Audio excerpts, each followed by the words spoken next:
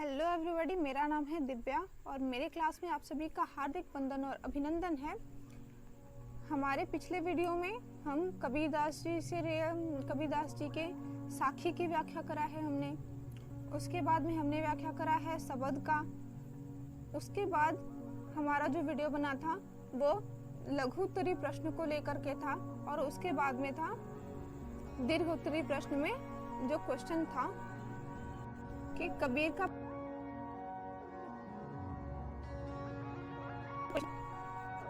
तो I hope कि आपने पिछला वीडियो देखा होगा और उसके बाद ही आप ये देख रहे होंगे, क्योंकि अगर आपने वो देखा है तो आपके पास कबीरदास जी के बारे में बोलने के लिए बहुत सारी चीज़ें होंगी। तो आज का हमारा जो टॉपिक है वो है संत काव्य परंपरा में कबीर का स्थान, है ना।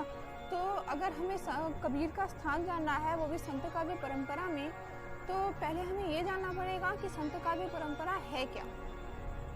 मतलब देखने से तो ऐसा लग रहा है कि परंपरा मतलब काव्य करने का और वो भी संत ऐसा कुछ करके है। तो हम इसके बारे में डिटेल में जानेंगे, तो आप हमसे जुड़े रहिएगा। और आज के वीडियो को हम बहुत ही ज़्यादा इंटरेस्टिंग बनाएंगे और संत से रिलेटेड जितने भी निर्गुणवादी संत हों या सगुणवादी संत हों, है ना, जिन्होंने भी ईश्वर के बारे में लिखा हुआ है, इन सब की हम एक साथ आज एक छोटा सा संकलन लेकर के आए हुए हैं, जो कि आपको लिखना भी होता है, बट मैंने यहाँ पे जो आपको नोट्स दिया हुआ है, नोट्स प्रोवाइड करा हुआ है, वो सिर्फ इसीलिए संत काव्य परंपरा में कबीर का जो स्थान है मैंने वही आपको बताया हुआ है इसमें। लेकिन इसके पहले भी थोड़ा सा लिखना चाहिए क्योंकि ये थोड़ा शॉर्ट में है। तो अगर आपको लघु उत्तरी प्रश्न में अगर पूछा जाता है तो इतना इनफ है। अदरवाइज अभी जो हम चर्चा करेंगे वो आप ध्यान में रखिएगा और अगर आपको याद आता है परीक्षा में लिखते समय तो आप वहाँ पे लिख दीजिएगा। तो आइए हम स्टार्ट करते हैं।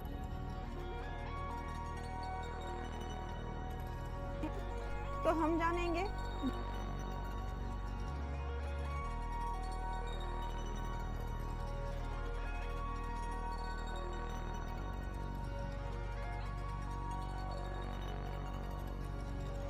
भक्ति की धारा ब्राह्मण समुदाय से मुक्त हुई थी और नॉर्मल संसार में मतलब जाति पाति के बंधनों को तोड़कर प्रभावित हुई थी, है ना। नॉर्मल लोगों जो नीचे जाति के हो या मतलब जाति पाति का विरोध करके ही ये ईश्वर हुई थी।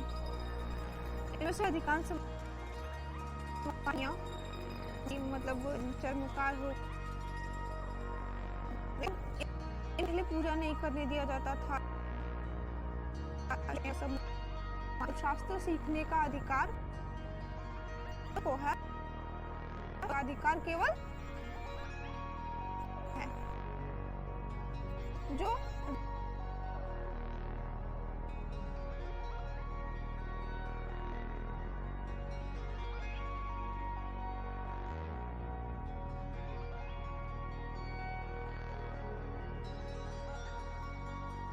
धारा ने नाथों एवं सिद्धों की परंपरा पर अपना मार्ग ढूंढा था। डॉक्टर द्विवेदी के अनुसार इस भक्ति धारा में सगुण भक्ति के अवतारवाद का जो भाव प्रभावित हुआ था वह वज्रयान के सिद्धों की देन थी, है ना। तो बहुत सारे संतों ने मिलकर करा, है ना, जिनमें कौन कौन सहायक इन सबको बहुत ज्यादा जैसे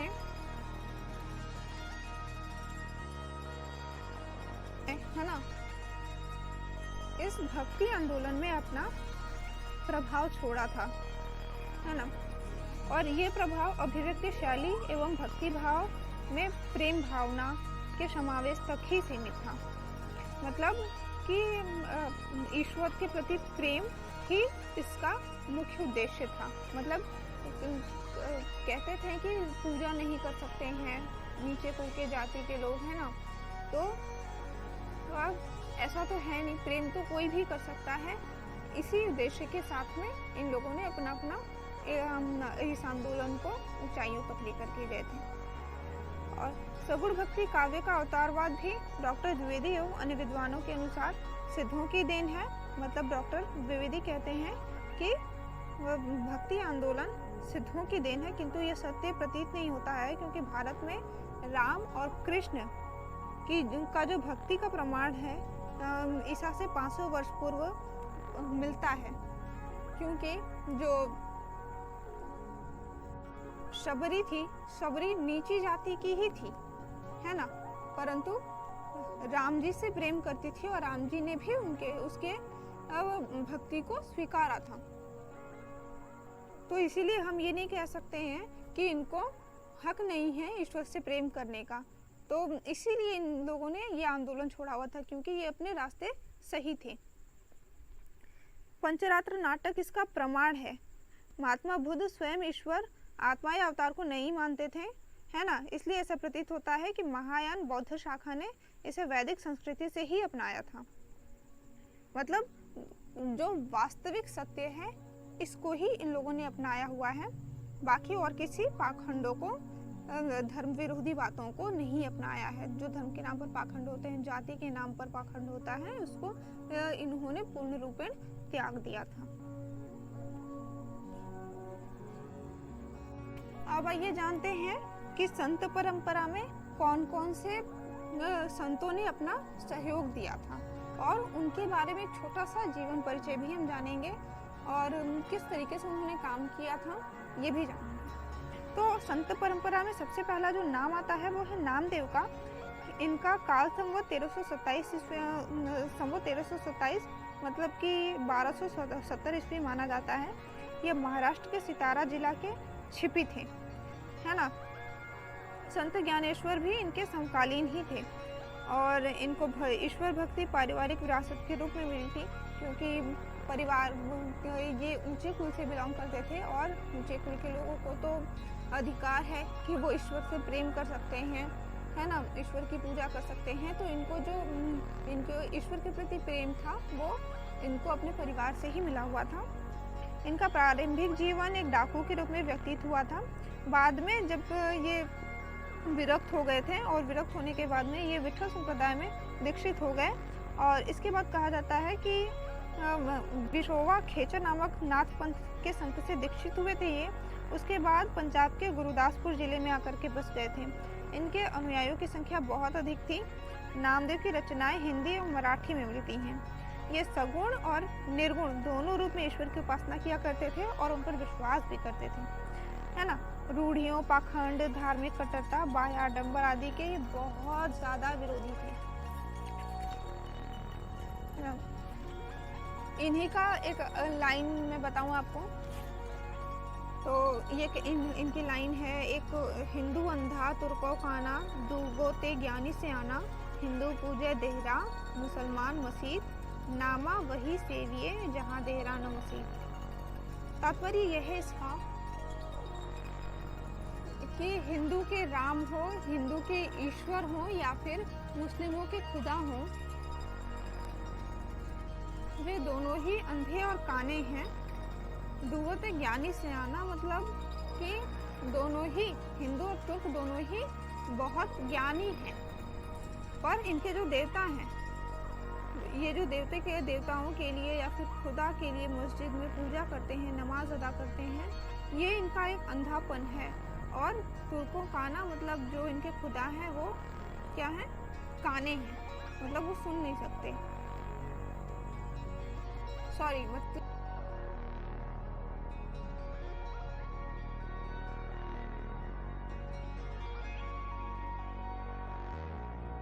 फिर कहते हैं हिंदू पूजा देहरा, मतलब हिंदू जो पूजा करते हैं वो ईश्वर के दरवाजे की पूजा करते हैं, मतलब ईश्वर के दर पे जाते हैं। और मुसलमान जो हैं वो नमाज अदा करते हैं, खुदा की बंदगी करते हैं। नाम वही सेविये, मतलब इन दोनों के नाम अलग अलग हैं, परंतु दो तात्पर्य एक ही समान है। और कहते हैं जहाँ देहरा न मस्जिद, और जो इनके नाम का मतलब निकलता है उसका संबंध बिल्कुल भी देहरा मतलब ईश्वर के दरवाजे या फिर मस्जिद से बिलोंग नहीं करता है, मस्जिद से कोई भी संबंध नहीं रखता है। मतलब पूजा मस्जिद में हो या पूजा ईश्वर के मंदिर में हो, पर जो पूजा होती है ये इन दोनों से ही उत्पन्न होती है। ये जो भक्ति प्रदर्शित करने का एक मार्ग है, परंतु जिस तरीके से ये भक्ति करते हैं उस भक्ति का कोई भी संबंध ईश्वर के दरवाजे या मस्जिद से बिल्कुल नहीं है। आगे थे संत ज्ञानेश्वर जी। काल कहा जाता है कि ब्राह्मण कुल में इसी का कर दिया गया था। आदि की गंभीर आलोचना की। राष्ट्रीय न्यायों ने इनके जीवन काल में ही अवतार, इन्होंने निर्गुण अनेक पदों के अगले नाम साथी जयदेव भी आते हैं। कुछ लोग इन्हें गीत गोविंद के रचयिता से भिन्न मानते हैं। कुछ का कहना है कि ये वही जयदेव थे, मतलब जिन्होंने गीत गोविंद की रचयिता करा हुआ था। कुछ लोगों का मानना था कि वो जयदेव ही थे, और कुछ लोग मानते हैं कि वो जयदेव के लिए लिखा गया था, है ना। तो इसीलिए इनका जीवन वृत्त अज्ञात है, कुछ भी नहीं जानते हम इनके बारे में। तो कबीर ने भी इनकी भक्ति की प्रशंसा की है, और इनके कई निर्गुणवादी पद भी मिलते हैं। अगले जो कवि आते हैं, जो संत आते हैं, उनका नाम है सोमेश्वर। इनका काल संवत 1184 में है, और ये महाराज सोमेश्वर के नाम से प्रसिद्ध हैं। इनके भी कई निर्गुणवादी पद प्राप्त हुए हैं, और ज्ञात होता है कि इनके कई सारे अनुयायी थे। ये भी पाखंड और रूढ़ियों के विरोधी थे। चक्रधर अगले संत थे। तो संत चक्रधर शक संवत 1194 में हुए। संत चक्रधर, जिन्हें महाराज चक्रधर के नाम से जाना जाता था, है ना, उनके पद भी निर्गुणवादी ही थे। मतलब ये जितने भी संत हैं ना, ये लोग सिर्फ भक्ति पर ही जोर दिए हैं, ना कि ईश्वर पूजा पे। और जब ईश्वर की मूर्ति पूजा के जब विरोधी हैं, तो ये निर्गुणवादी ही बनते हैं। तो मतलब ऐसे निर्गुणवादी मतलब क्या, कि जिसका कोई रूप ना हो, साकार रूप में हम उसकी पूजा न करें। मतलब या तो वो स्वयं ब्रह्म हो सकते हैं, है ना, ब्रह्म अर्थात ज्ञान, विवेक, स्वयं का विवेक। तो ये लोग अपने विवेक की ही पूजा करते हैं, मतलब जो वास्तव में सत्य है, जो बाह्य आडंबरों से दूर है, ये इन्हीं की पूजा करते हैं। इनकी रचनाएं महाराष्ट्रीयन भाषा में भी मिलती हैं, और गुरु ग्रंथ साहब में भी संकलित हैं। गुरु ग्रंथ साहब में संग्रहित रचनाओं के आधार पर इन्हें हिंदी काव्य का प्रथम संत कवि कहा जाता है।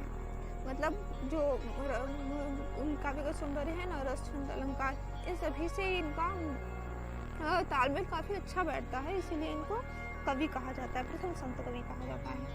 इसके बाद जयदेव भी इसी परंपरा के संत कवि थे, और इनके भी हिंदी रचनाएं मिलती हैं।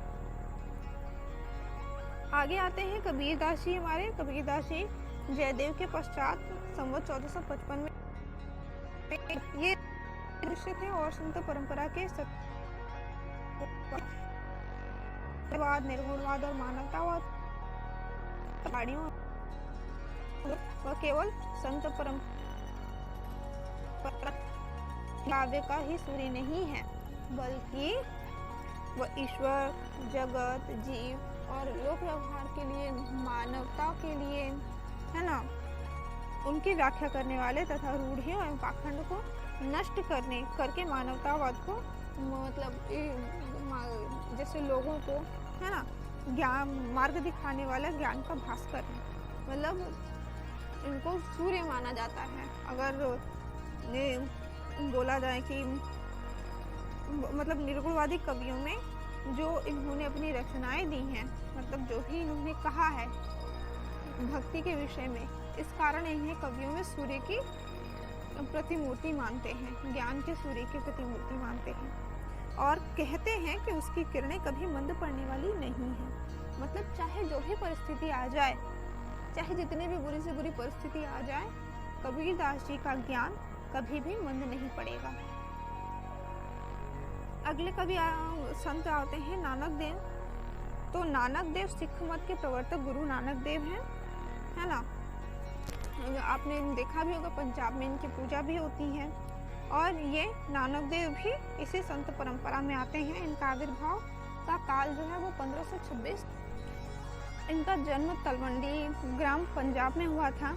इनको हिंदी, पंजाबी, फारसी, संस्कृत और प्रकृति की बहुत बड़ी ज्ञाता थी। बचपन से ही सांसारिकता से विरक्त हो गए थे और विवाह होने के बाद भी 2 पुत्रों के पिता होने के बाद भी इन्होंने अपने घर का त्याग कर दिया था, है ना। गृहस्थी त्याग कर देश विदेश का भ्रमण करते रहे थे। हिंदू दर्शन, बौद्ध दर्शन, जैन दर्शन, इस्लाम धर्म आदि के संतों एवं साधुओं और फकीरों के साथ में इनकी काफ़ी अच्छी बनती थी और उन्हीं की संगति भी थी इनकी। उनमें थे जैसे नामदेव हो गए, रैदास हो गए, कबीर, इनसे इनकी भेंट भी हुई थी। और ये कोई ज्ञाता नहीं थे शास्त्रों के, कोई विद्वान नहीं थे। इनकी जो भी वाणियाँ थी वो अनुभव पर आधारित थी, अनुभव ज्ञान पर आधारित थी। ये उपनिषदों के अद्वैतवादी निराकार ब्रह्म पर विश्वास करते थे और अवतारवाद, मूर्ति पूजा, वर्ण भेद और ऊंचे नीच का जो जाति भाव होता है उसके बहुत ही कट्टर विरोधी थे। इनका उपदेश सीधा एवं सादा है। ये हिंदू मुस्लिम एकता के पक्षपाती थे और इनका भक्ति भाव सरल, दीनता से युक्त एवं आत्मसमर्पण से ओतप्रोत है। अगले हमारे कवि आते हैं, संत आते हैं रैदास। संत रैदास को रविदास के नाम से हम जानते हैं और संत परंपरा के एक महत्वपूर्ण एवं महान संत थे। ये कबीर के ही समकालीन थे। इनका नाम उस समय के संतों में बड़े आदर के साथ लिया जाता है। ये जाति के चमत्कार थे। कबीर के समान रैदास के ईश्वर भी निराकार एवं निर्गुण ही थे। इनकी भक्ति से प्रेम भाव है, ठीक है। प्रणय भाव के संबंध में इनकी भक्ति का भाव सूफियों वाला है। इनके अनेक रचनाएं गुरु ग्रंथ साहब में संकलित भी हैं। ऐसा कहा जाता है कि राजस्थान में इनकी रचनाओं की अब भी कई हस्तलिखित प्रतियां मिलती हैं। इनकी वाणियां सीधी सादी हैं। कहते हैं ये कि प्रभु जी तुम चंदन हम पानी, जाकी अंग अंग बास समानी। प्रभु जी तुम दीपक हम बाती, जाकी जोत बरय दिन राती।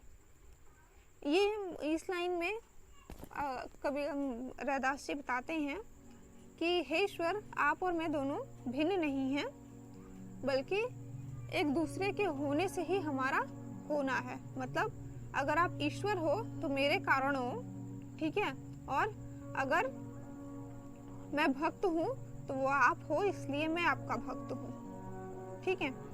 फिर आगे है दादू दयाल जी आते हैं। इनका जन्म 1601 ईस्वी में अहमदाबाद में हुआ था। गुजरात में माना जाता है इनका जन्म और ये जाति के धुनिया थे। बंगाल के बाउल संप्रदाय में इनका नाम अत्यंत आदर के साथ में लिया जाता है। ये भी कबीर की भांति निरक्षर थे। इन्होंने भी पढ़ाई लिखाई नहीं की थी। इनकी दीक्षा कबीर पंथ के बडनन बाबा से हुई थी। इन्होंने अपना संपूर्ण जीवन गृहस्थ के रूप में व्यतीत किया। दादू दयाल के काव्य में भी निर्गुणवाद, अद्वैतवाद, भक्ति भाव आदि मिलते हैं। ये भी पाखंडों के विरोधी थे। दादू संप्रदाय इन्हीं के नाम से बना है। आगे आते हैं सुंदरदास जी। ये दादू के प्रमुख शिष्यों में से एक थे। ये वैश्य थे और शास्त्रों के भी ज्ञाता थे। इनका जन्म काल संवत 1653 माना जाता है। ये जयपुर के निवासी थे। इन्होंने लगभग 42 से अधिक रचनाएं स्पष्ट रूप से उभारा हुआ है। फिर है संत मलुकदास जी। मलुकदास जी का जन्म इलाहाबाद में संवत 1631 में हुआ था।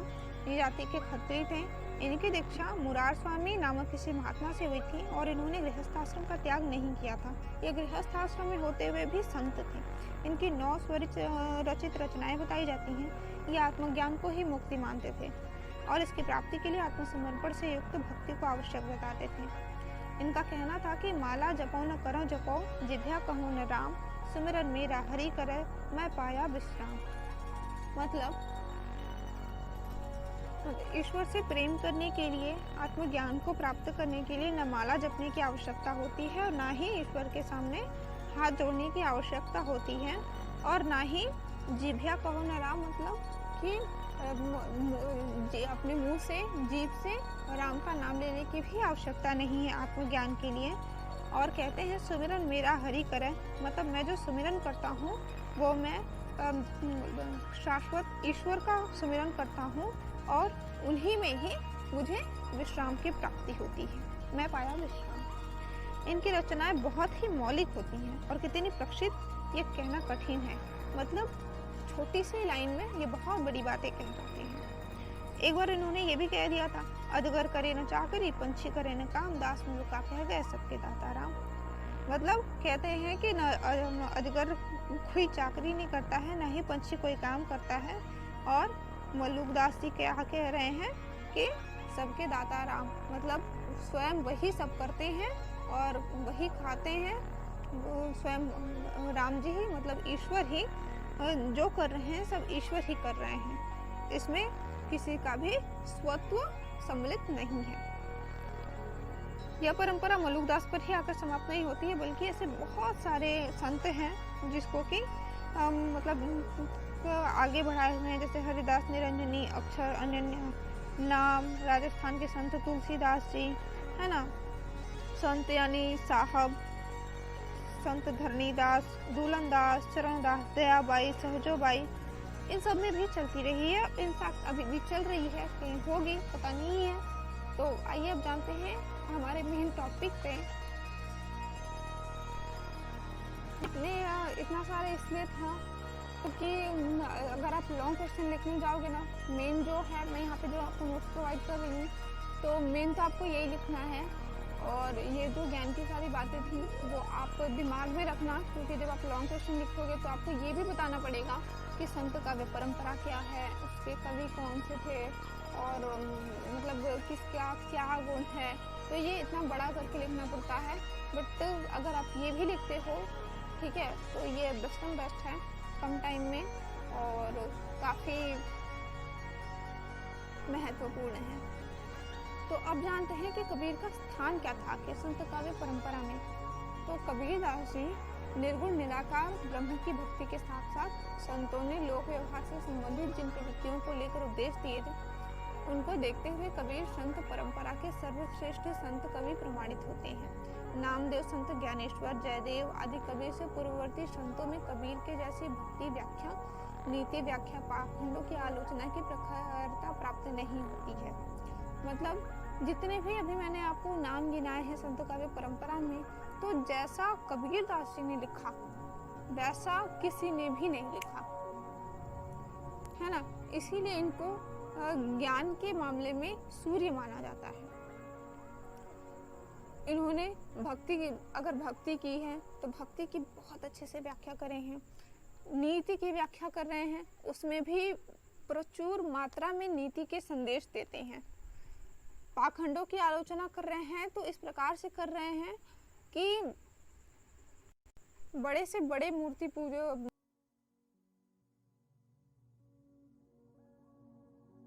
तो वो उसे पता पड़ेगा कि वास्तविक सत्य क्या है और वो जो कर रहे हैं वो क्या है, पाखंड है।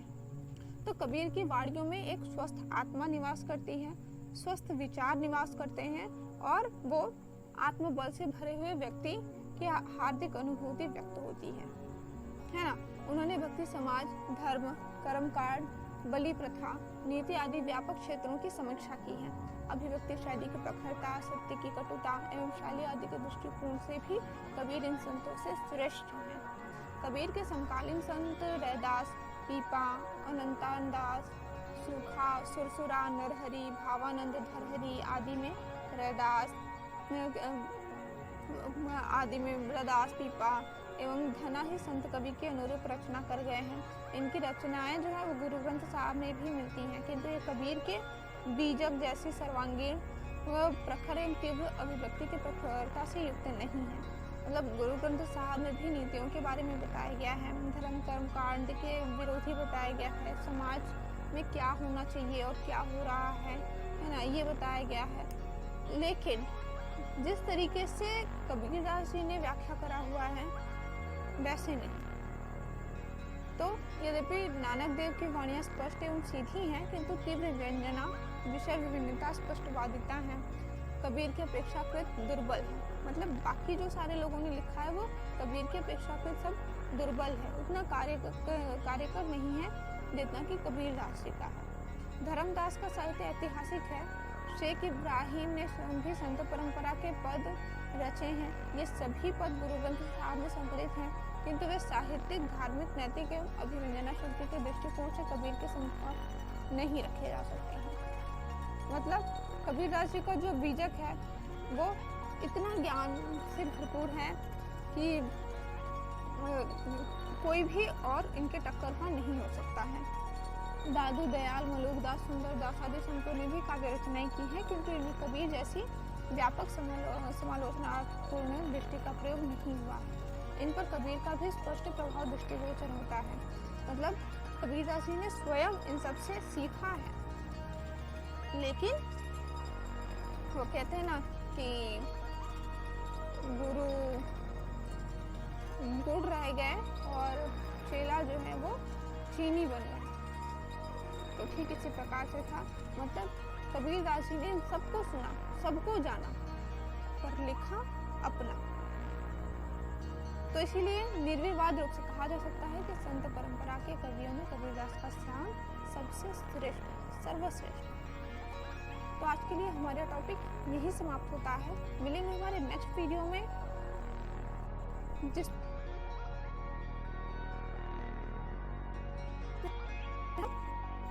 काव्य के गुण के विषय में चर्चा करेंगे।